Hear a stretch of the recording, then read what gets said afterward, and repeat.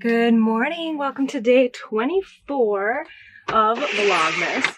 We are just getting all of our stuff out of the hotel and into the van because we are heading back to Orlando tonight. But first, we are going to be going and exploring the Everglades. I think it's called Everglades National Park. It is a national park. So we will be taking tons of photos to share with you.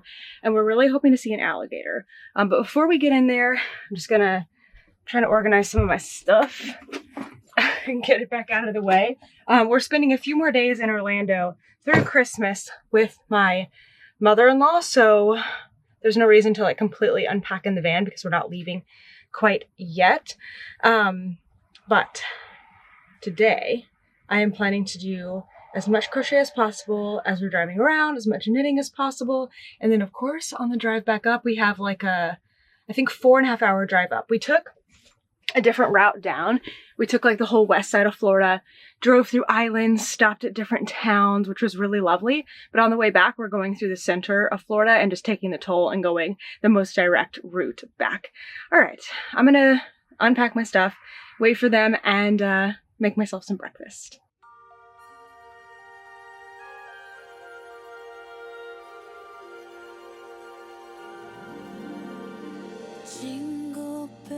When we were on our way down to the Keys, several people recommended this fruit stand and we just happened to pass it when we were going by, like on our way to the Everglades. So we decided we had to stop. And I wish we were hungry enough for a smoothie right now because that's something I think that they're known a lot for, but we did enjoy all the fruits. Jingle bells, jingle all the way. Oh, what fun it is to ride in a one-horse open sleigh, dashing through the snow in a one-horse open sleigh. O'er the fields we go, laughing all the way, bells on bobtails ring, making spirits bright. What fun it is to ride and sing a sleighing song tonight. Oh, jingle bells, jingle bells, jingle all the way. It is to ride in a one-horse open sleigh. Jingle bells, jingle all the way. Oh, what fun it is to ride in a one-horse open sleigh.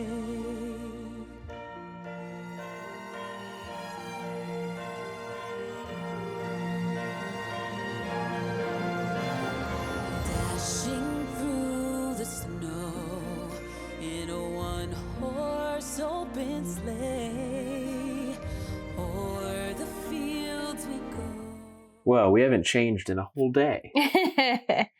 Okay, so where does this start? Oh, so yesterday we went from the boat tour at Biscayne National Park to the Everglades, but we just decided to include all of the Everglades stuff in today's video. So technically we went for 2 days, an afternoon and like a morning and an early afternoon, but you're gonna see it all here. So the Everglades Park is really big. Do you have any idea how many miles it is? I don't, but I can look really quick. Why quick. don't you look? So just to give you an overall sense of what Everglades National Park is like, there is one like really big main road that goes all the way through, and then all these kind of like tributary roads that you can branch off to. And then at the end of most of these, there's somewhere where you can get out and walk. And when you get out and walk, you're going it's a variety of things. There are dirt trails.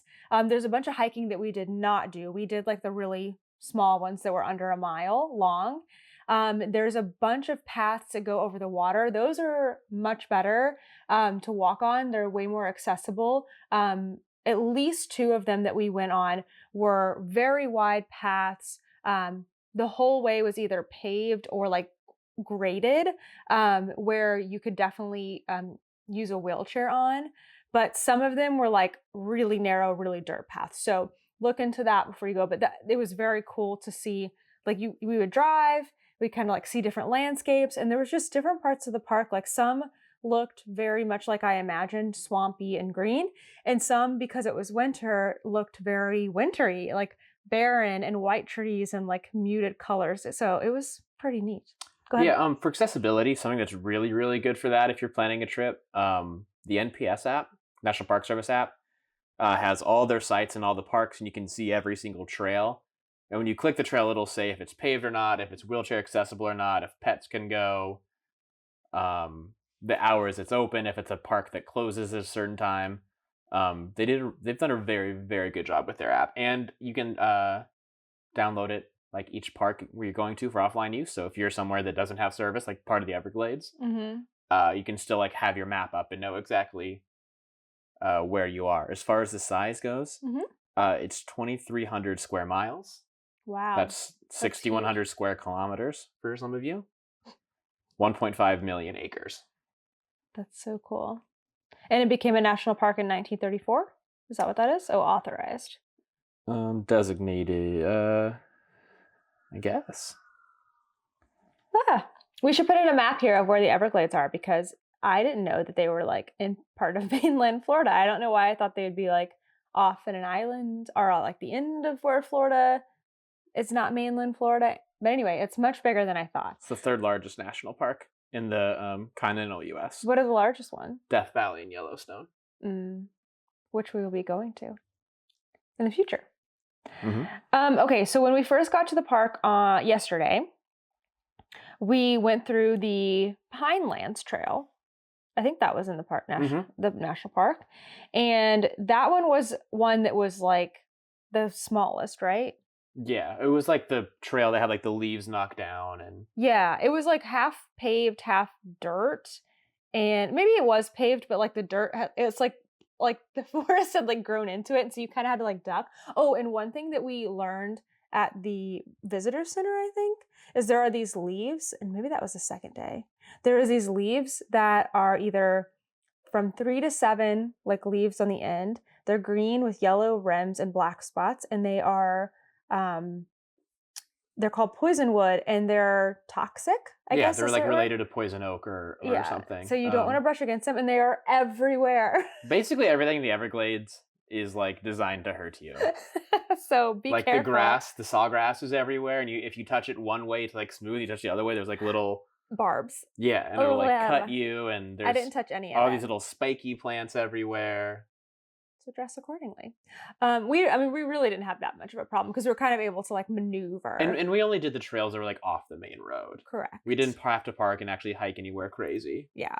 Then we went to this other path. I don't have the name of it, but it was so cool. Like the water is so reflective that any pictures you took just came out stunning because I don't know, it was just like we had beautiful weather. There was this big like, not a dock, but I mean kind of boardwalk like out to like a seating area, and we walked out there, and then I was like, oh, this is actually a really cool background for me to take some photos. Let me run back to the van real quick. And when I came back to like enter the boardwalk, there was a raven, a blackbird, a big blackbird, and they were still on the dock, and I was like outside of it, like near the van, and the bird didn't move, and I didn't want to walk behind it and like scare it, but we also needed to get. Actually, I have a photo of it. Perfect. Go. So you can tell us what kind of bird this is. So that was really cool. And then I think that day we did one more path. Yeah. Was this one. And this is kind of what I imagine the Everglades to look like. Just very swampy. Swampy, like grass. Oh, there are some places that have stairs. I think I took a lot of photos with my finger in it. Which is so silly. But there was a lot of boardwalky type paths like this one. This one was a wooden boardwalk.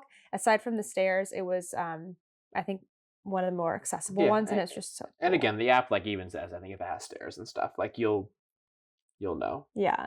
And then that brings us to today, where we started out the day in the Everglades. We got about a mile in, and then... Oh, I realized we needed to get gas, so we didn't run out. So we had to like drive back out of the park and then back into the park. Whoops. So the first thing we did that day after getting gas is we went to an area where it's like, there's a sign that says like U.S. Army restricted area. And it is where, what? It sounded a lot more intense. Like, wasn't the next thing like... The next thing says use of deadly force is authorized. And that is like a recreation. It's no longer an active military site. But there's nothing that says recreation on here. Yeah, but it's so like... I didn't know that. Okay, yeah. So it used to be like a place where the Army, I think it was, kept like Nike missiles. Mm-hmm. It was like during the Cuban Missile Crisis. It was one of 4 spots in Florida that had missiles, and there was like big hangars they could where they kept the missiles, and they have a decommissioned one in there that we got to go see. Mm-hmm. Something else cool is they had dogs trained to guard the perimeter, and so they had like the dog kennels, what's left of a dog kennel there as well. Yeah, we did that, and then I don't know, learn more about that. Where was this? That was at Royal Palm. Okay. Like visitor center or information center. There's like different major buildings within, obviously it's a huge park, so different major buildings in there. And one of the places we parked had a sign that said, warning, vultures may cause damage to vehicles. Apparently they like the rubber sealant around your windows. And so they have like tarps there that you can get and put over your car for free, like to borrow while you're parked there so that the vultures don't attack your car. Luckily, I didn't know that. You didn't? Yeah, that was in my Junior Ranger book. Oh, well, obviously I saw the vulture sign. Then there was a sign in the bathroom on the mirror. This I think is a different place. I think this is that big walk, right? Well, this is at Royal Palm. Oh, it is. You're right. There's 2 trails there. There's one that's a boardwalk that has a lake that we thought would be prime alligator viewing, and we didn't see any. This is like, I think this is the best one. You can tell this one's newer. It's like a wider path. There was just lily pads everywhere. It was so beautiful. Like, look at that picture. So cool. And then there's a bit more of like, on the other side, there's like a bit more of like an actual nature trail that is, I think, still paved, but kind of overgrown. You have to like watch where you're walking. Yeah. You know. This one was wider though than that first one that we did on the first day. There was all types of really cool trees that kind of looked like, we kept saying like, this doesn't even look real, because we realized that like Disney World or like hotels or places that we've been to that have recreated nature is what we like have seen first instead of actually seeing it in nature. And so seeing these like gnarly, crazy trees was, to me, super, super cool. Yeah, look, I have a bunch of pictures. And this is a place, we didn't see anything like crazy. We didn't see any snakes or, arachnids or bugs or insects or anything that could hurt you, but they definitely exist. Mm-hmm. So I think this is a park that, actually all national parks should be paying attention when you're walking around, but this is one that just feels extra creepy crawly with what is and isn't there. Yeah. Like my Junior Ranger book had like a bingo thing to see all these animals, and the one animal I didn't get to see was a raccoon. And they're like, oh yeah, pythons have killed most of them in the park now. We didn't see a single snake, not even a little one, which thank God. Now, we were really hoping to see an alligator, of course. And we, after this path, we did a bunch of other things. And then we eventually ended up coming back to this path after you got your Junior Ranger stuff in your patch. Do you want to talk about that? Yeah, so what was actually really cool, again, about the Junior Ranger program here was that all 3 parks that are in South Florida, Big Cypress National Preserve, Biscayne, and Everglades all share one book. And so like to get your badge, you do like 3 little, things in each one. But if you go to all 3 and complete the whole book, you actually get like a little path, which is just kind of cool. It was cool looking. Yeah, it has like the characters. All I remember is Diego the dolphin, but yeah, it was. And but again, it was cool to see how all 3 parks like impacted each other and how they, like the water flows differently here to here, and that's why they can be like vastly different almost. Like the water will flow one way here and one way here, and it's like a ridge you can't see. Oh, interesting. and then the water will wash out this way and that way, and that's why you get different animals and everything. I learned that saltwater and freshwater meet at some point, which I mean, kind of duh, but like I just never thought about it. So I thought freshwater was only in lakes, and anything that the ocean touched was saltwater. but a lot of lakes are like connected to the ocean. Yeah, I know, duh. That's why it's like a duh, kind of, but like I never thought about it. Anyway, the last thing that we did, we came back. We were about to leave, and I was getting kind of Everyone was annoyed at me because irritated. I'm like, let's stop one more time. And I was like, oh my gosh. and maybe we'll see an alligator. Well, we knew we had a 5-hour. Well, we drive. had almost like a 6-hour drive from, because we were at so Everglades goes all the way to this like the ocean. Mm-hmm. So you border like the very southern tip of like mainland Florida.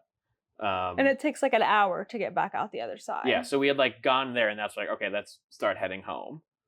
Yeah. So we were like an hour in. I'm like, let's stop one more time, because we had stopped like one place real quick for me to like check a pond to see if I saw anything, and I had seen her Instagram story that was like, manifest an alligator sighting today. I'm like, man, I really hope we can find one. So as we're like driving by lakes and the little, the water around, I'm like looking really, obviously driving safely, but like looking closely. And we just like, basically the last thing is back to Royal Palm. It's like the first road you can really turn down. I'm like, okay, I read this place potentially good for alligators. Let's go back, see if we can see one. As we were walking in, there was like a man with his child that was saying, oh, I've seen 4 alligators today. And you had gone ahead of us, but your mom and I were both like, oh, why have we seen 0 alligators? This makes no sense. We've been in the Everglades for 2 days. It's not fair. And just kind of being like, I don't know, grumpy about it. And then we walked the whole thing again. And then we found this like one little branch we hadn't done before. We did that. And thank goodness we did, because if not, we wouldn't have just happened upon 2 guys that were taking photos right on the side, right off of the sidewalk in the grassy area, not even in the water, of an alligator. Yeah, I mean, probably 2 feet from the path. And if you don't know, you're supposed to stay 15 feet away. Yeah, and again, like, it's not a zoo. There's not glass there. Like, if an alligator decided it wanted to mess with somebody, it easily could. So just be mindful of that in the parks. I took my photo from like the other side of the sidewalk. I zoomed in, and then I walked past the alligator and like let everyone else like look close. I did not want to get close to the alligator, because if an alligator attacks me, it's not going to be my fault. I will tell you that much. It's not going to be because I did anything to help it. So I was like, see ya. And then, my mom loves animals, but she's also like, if an alligator attacks you, you're supposed to do this and this. I'm like, if an alligator gets me, I'm going to accept my fate. Like, there's not much I'm going to do. I'm just like, okay. They're not as big as, well, this one was not as big as I thought. It's probably 6 feet from nose to tail. So like its body doesn't look that big, but it's also a predator. So it could probably do some damage, I would say. Yeah. It's not as big as like the crocodile that we saw at Disney World, which was like 20 feet long. But it's scary. Yeah, but no, it was cool. It was a cool way to like end our Everglades trip. So where does Everglades rank in the national parks that we visited? Not in your lifetime, but since we've started traveling.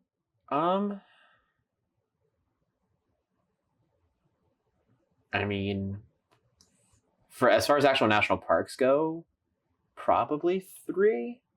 I mean, I think Petrified Forest was great. I know you weren't impressed with Grand Canyon, but I really liked Grand Canyon. Yeah, for me, it's gonna sound weird. Like, Gateway Arch is such a weird one for me, because it was very cool to go to and like learn like the history of like the arch and how it was built and everything. I think I was so impressed with like the visitor center there that that's a hard one for me to place. I just asked you where Everglades went. Right, and I'm just saying that's like right around there. That could be 3 or 4. Oh, I see. Okay, gotcha.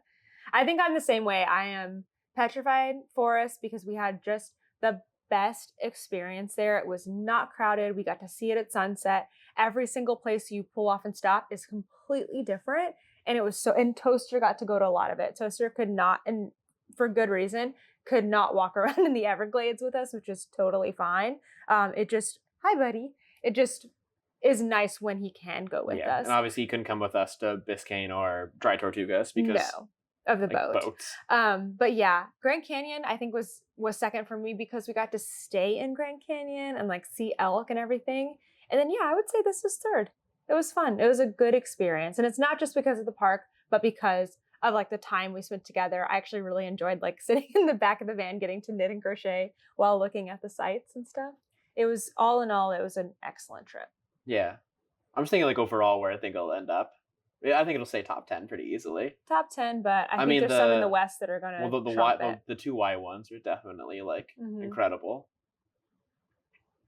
I just feel like you're gonna be like, Yellowstone's not that impressive. My heart's gonna break. Takes a lot to impress me though. Oh, Rocky Mountain, you've been there. All right, I think that's enough for today on the Everglades. We're all done with the Everglades and we finally saw an alligator at the end. So on our way out, because how many hours do we have? Like 4 more? 4 hours of driving. We're gonna stop back at the fruit stand and get a smoothie. Tell us what you got. A cherry shake? No. It's cherry, chocolate, and peppermint. Okay. Stop recording me. What did you get? I have pineapple, key lime. And ice cream.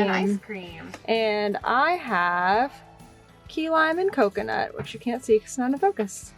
Let's try them. Let's see.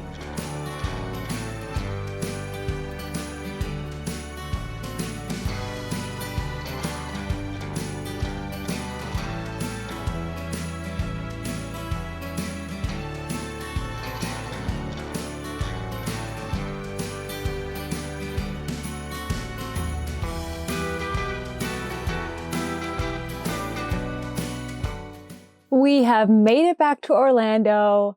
Thank goodness. It's been a long day in the car, a long drive, a lot of rain, and I think we're all really excited to be back to the apartment today, and we're gonna get some dinner soon, maybe even watch a Christmas movie if we're all not too tired. But first, let's open up day 24. This is going to be the last of the mini skeins for several of these advents. Some of them do have full skeins tomorrow. So let's just see what we got. Day 24 for a homespun house.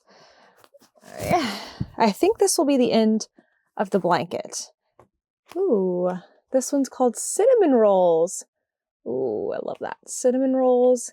Nice brown with some blue in it. So it looks like the blanket is going to start and end with a neutrally color. That'll be interesting. All right, Schitt's Creek. Mama Oprah would be very proud. Now the Schitt's Creek one is a 31-day advent. So I have lots more of these to open. So if you are interested in seeing that, make sure you tune in via Instagram. I guess I'll open tomorrow's, then via Instagram, so I can go through all 31 days. Ooh, I like this one. That's interesting. It's like a white base. It's got tan, gray, and like light pink in it. Cool. I like that. All right. Suburban Stitcher.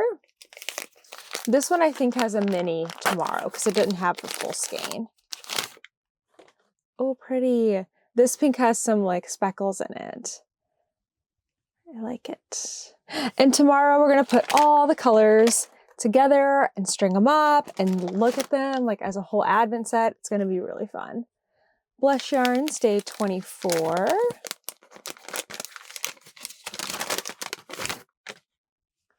Oh, interesting.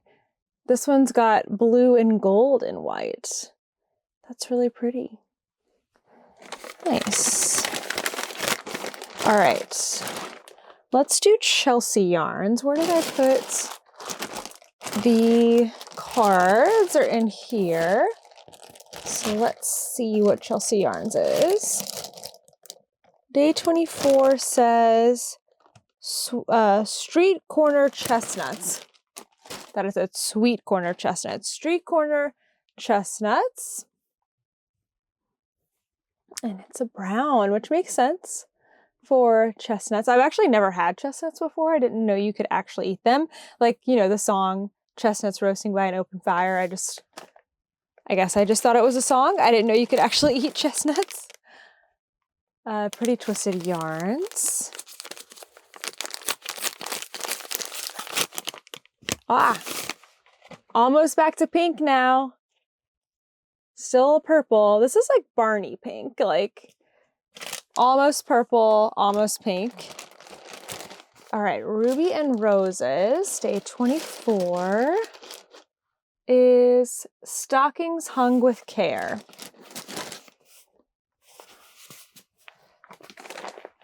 Right. Oh, that one's fun. I like that a lot. I would say it's like a light red, not pink, light red, with like a teal speckle in it and more. I mean, there's always more. There's so much depth to these colors. All right, last yarn one, Brazos Fiberworks. Okay, we got a gray today. Oh, it's called Lump of Coal. Totally looks like a lump of coal. That's great. Let me grab my twice sheared sheep box. 24. Tomorrow I'm going to bring all the advents, I guess, back into the car. So they're out of my mother-in-law's apartment.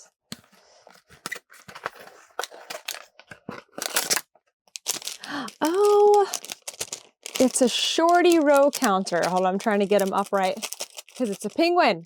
So many penguins. I think somebody at Twice Sheared Sheep must be a penguin fan. All right, here's what it looks like. And it works like the other row counters. It's just a shorty one. So you can use this to kind of place on your hook. I mean, on your needle. I guess you could place it on your hook too, but on your needle to count like row repeats or increases or things like that. So you can go, you know, hang it on the 1, 2, 3, and then if you're like, I need to increase every 4 rows or do something every 4 rows, cables, whatever, when you get to the 4th one, you know you need to work that row and then switch it back to 1. So those are very, very handy. All right, I think that's it, except for, of course, Toy Story. One last one for Toy Story, one more guessing game, but I will see if Kent wants to do that tonight. We probably will wait for tomorrow. Because we've been doing these so late at night, it's like, better just wait until the morning, and then we can just tuck it into this video.